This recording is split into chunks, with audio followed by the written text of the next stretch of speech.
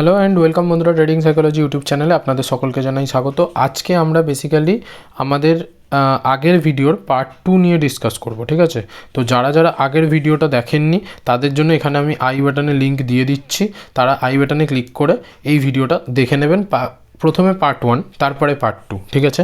তো চলুন পার্ট 2তে আমরা যাব। তার আগে একটু আগের ভিডিওটা কি কনসেপ্টের উপর বা কী টপিকের উপর সেটা একটু আপনাদেরকে বলে দিই, ঠিক আছে? বেসিক্যালি আমরা হচ্ছে অপশান সেলিং, এই ব্যাপারটাকে আমরা বেশি প্রায়োরিটি দিই, ঠিক আছে? আমি আবার বলে দিচ্ছি, অপশান সেলিংকে আমরা আমাদের পুরো কাজের মধ্যে দিয়ে আমরা বেশি প্রায়োরিটি দিই। কারণ কি, এটা হচ্ছে মোস্ট প্রফিটেবল মানে হচ্ছে আপনি যতবারই কাজ করবেন না কেন সবথেকে বেশি প্রফিট কিন্তু আপনাকে অপশান সেলিংই দেবে। এটা অপশান সেলিংয়ের নিজস্ব একটা বাই নেচার, ঠিক আছে? বাই ডিফল্ট ওর মধ্যে একটা নেচার থাকে। তো আমরা যখন অপশান সেলিংয়ে কাজ করব তখনও কিন্তু আমাদের দু রকম পার্ট হয়, ঠিক আছে? অপশান সেলিংয়ে একটা আমরা অপশান সেলিং করতে পারি ডাইরেকশনাল, আদারওয়াইজ আমরা আরেকটা করতে পারি কি নন ডাইরেকশনাল, ঠিক আছে? নন ডাইরেকশনাল। তো যখন আমরা নন ডাইরেকশনাল করব তার জন্য আমাদের কি দরকার হয়? সাইডওয়েজ মার্কেট, ঠিক আছে? Sideways market. তো চলুন আমরা সাইডওয়েজ মার্কেট হয়তো 50% টাইম মার্কেটে পেয়ে গেলাম এবং সেই টাইমে আমরা নন ডাইরেকশনাল করে আমরা প্রফিট করে নিলাম। কিন্তু হোয়াট অ্যাবাউট দ্য বাকি 50% যখন কিনা মার্কেট ডাইরেকশনাল হয়ে যায়, তখন কি তাহলে আমরা অপশান সেলিং করবো না, নাকি তখন আমরা অপশান বাইংয়ে শিফট হয়ে যাব? আমি বলি না, তখন ডাইরেকশনাল অপশান সেলিং যখন থাকে সেখানে আমরা সেইটা করতে পারবো। তো ডাইরেকশনাল করার জন্য আমাদের যেটা দরকার হয় যে মার্কেটে আমাদের একটা বায়াস দরকার হয়। বায়াস যে আমরা বুলিশের সাইডে বায়াস নাকি বিয়ারিশ সাইডে, মানে আমাদের কি মনে হচ্ছে মার্কেট উপরে যাবে নাকি মার্কেট নিচে যাবে। ওকে, এই দুটো জিনিস আমাদেরকে ফার্স্ট জানা খুব দরকারি। তো এটার জন্য যেটা দরকার হয় সেটা হচ্ছে মার্কেট স্ট্রাকচার।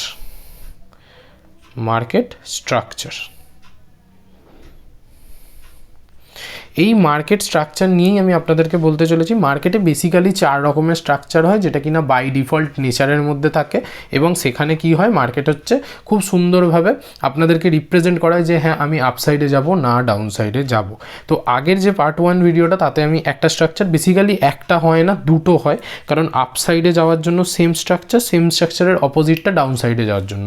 তো আগের ভিডিওতে আমি দুটো স্ট্রাকচার কমপ্লিট করেছিলাম, আজকের ভিডিওতে আমি দুটো স্ট্রাকচার বাকি কমপ্লিট করব, সেই জন্য এই ভিডিওটা। তো যারা আগের ভিডিওটা দেখেছো তারা এটা লাইক দিয়ে দাও এই ভিডিওতে, কারণ এখানে আমরা তারপরে কন্টিনিউ করতে চলেছি, ঠিক আছে?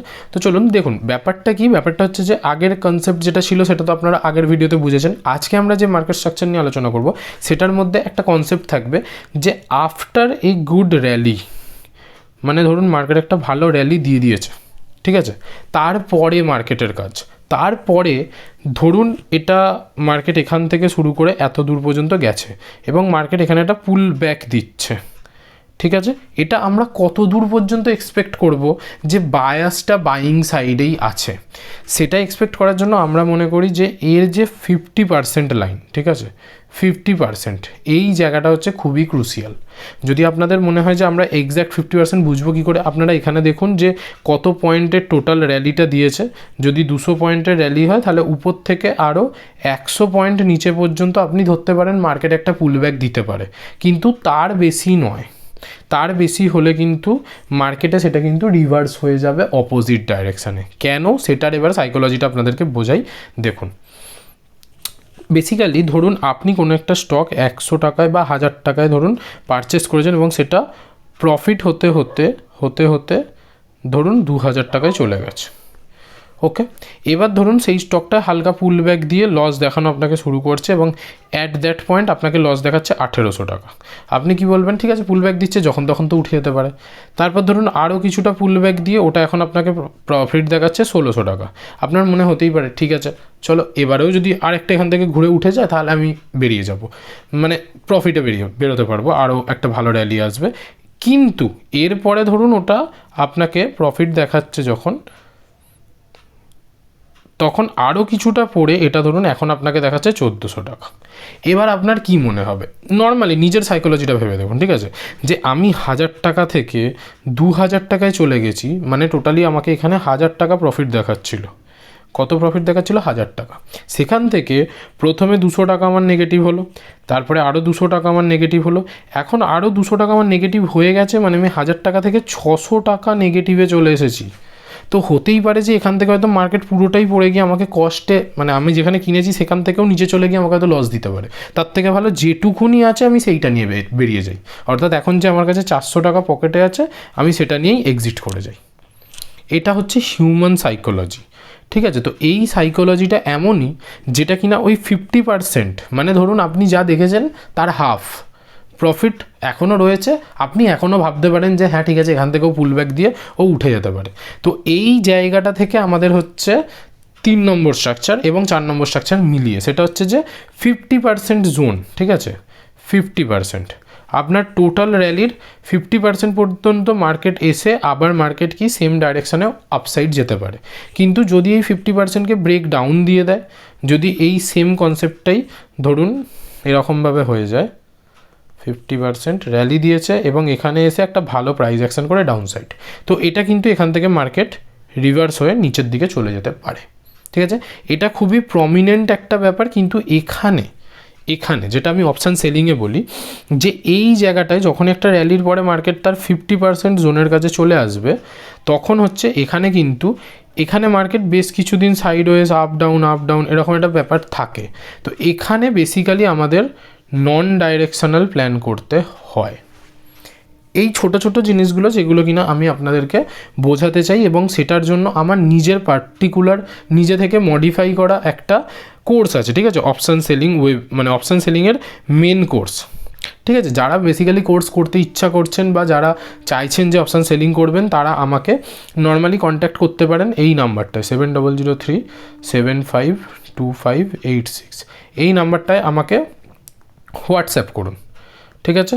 হোয়াটসঅ্যাপ করুন, আপনি আমার সাথে কথা বলুন।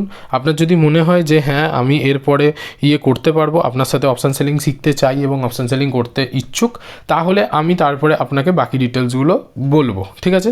এটা ছাড়াও এরকম অনেক কিছু জিনিস হয় যে আমার মাঝে মধ্যে অনেক ওয়েবিনার থাকে, সেই ওয়েবিনারগুলো আপনি অ্যাটেন্ড করতে পারেন, সেখানেও কিছু জিনিস আপনি অপশান সেলিংয়ের শিখতে পারবেন, এবং সেখান থেকেও যদি আপনার মনে হয় যে আমি কিছু গেন করব, তাহলে আপনি সেখান থেকেও চাইলে করতে পারেন। তো এইটা হলো একটা সাইড, মানে আমি বাইং সাইডের ক্ষেত্রে দেখাচ্ছি যে মানে মার্কেট র্যালি দিল এবং 50% জোনের কাছ থেকে এসে যদি আবার উপরের দিকে যায়, তো তাহলে প্রিভিয়াস যে হাইটা সেটা আমাদের টার্গেট হবে, আমরা এখানেও পারচেস করতে পারি, ঠিক আছে।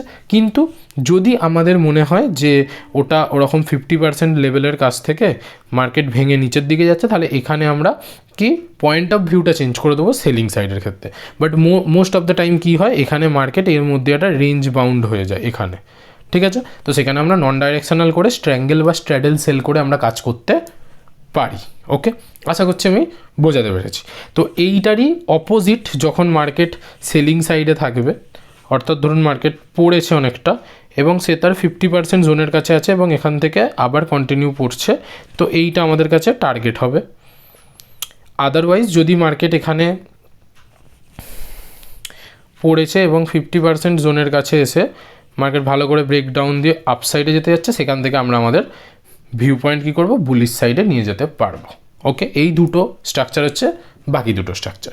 এবার দেখুন, শুধু স্ট্রাকচার আপনি ধরুন শিখে গেলেন, কথার কথা বলছি, এগুলো হচ্ছে 4টে স্ট্রাকচার, যে 4টে স্ট্রাকচার নিয়ে আমাদের হয়তো মার্কেটেও, মানে আমাদের যে কোর্স আছে সেই কোর্সেও হয়তো ইন ডিটেলসে বলা হয়। কিন্তু দেখুন, শুধু কি স্ট্রাকচার, অপশান সেলিং যেটা আমরা করব, ঠিক আছে, অপশান সেলিং, এই যে অপশান সেলিং যেটা আমরা করব সেটা হচ্ছে ফুল অফ ক্যালকুলেশন। বিশ্বাস করুন, ক্যালকুলেশন, এই ক্যালকুলেশনটাই হচ্ছে মেন যে জিনিসটা আপনি যদি মানে অপশান সেলিংয়ে ভালো করে করতে পারেন, আপনি ইজিলি প্রফিট করতে পারবেন, ঠিক আছে।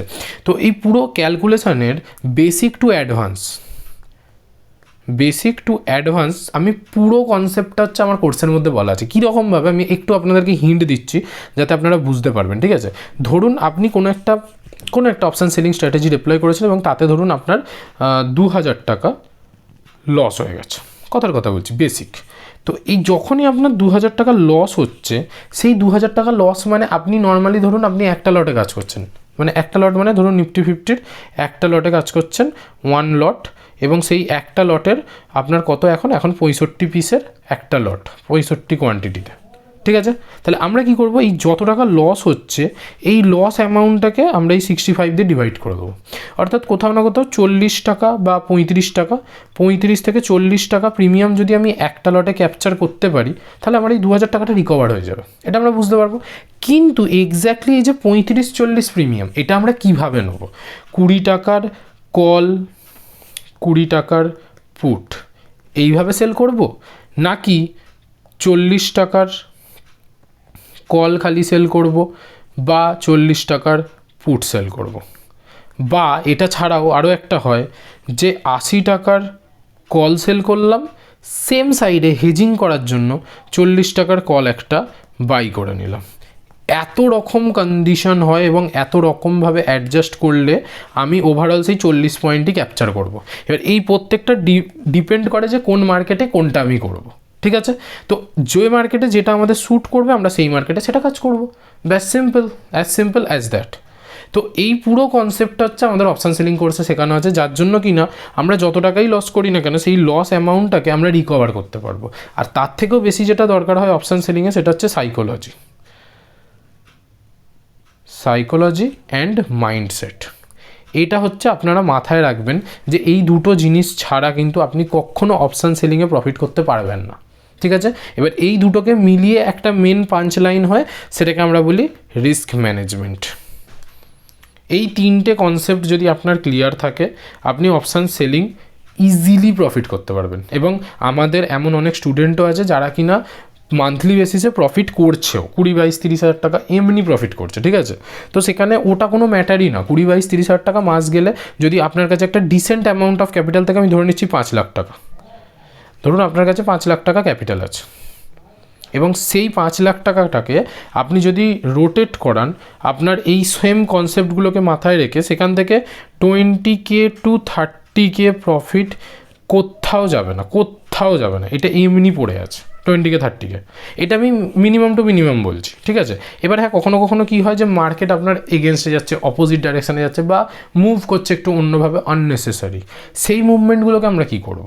সেই মুভমেন্টের সময় যদি আমাদের দেখি যে 4000 টাকা লস হওয়ার দেখাচ্ছে, সেখানে আমরা ওই প্রিমিয়াম অ্যাডজাস্টমেন্ট করে বা কিছু একটা অ্যাডজাস্টমেন্ট করে আমরা ওই জাস্ট 4000 টাকাটাকেই আমরা রিকভার করে নেব। তাতে কি হবে, ওই মান্থটা আমাদের no loss no profit month হয়ে যাবে।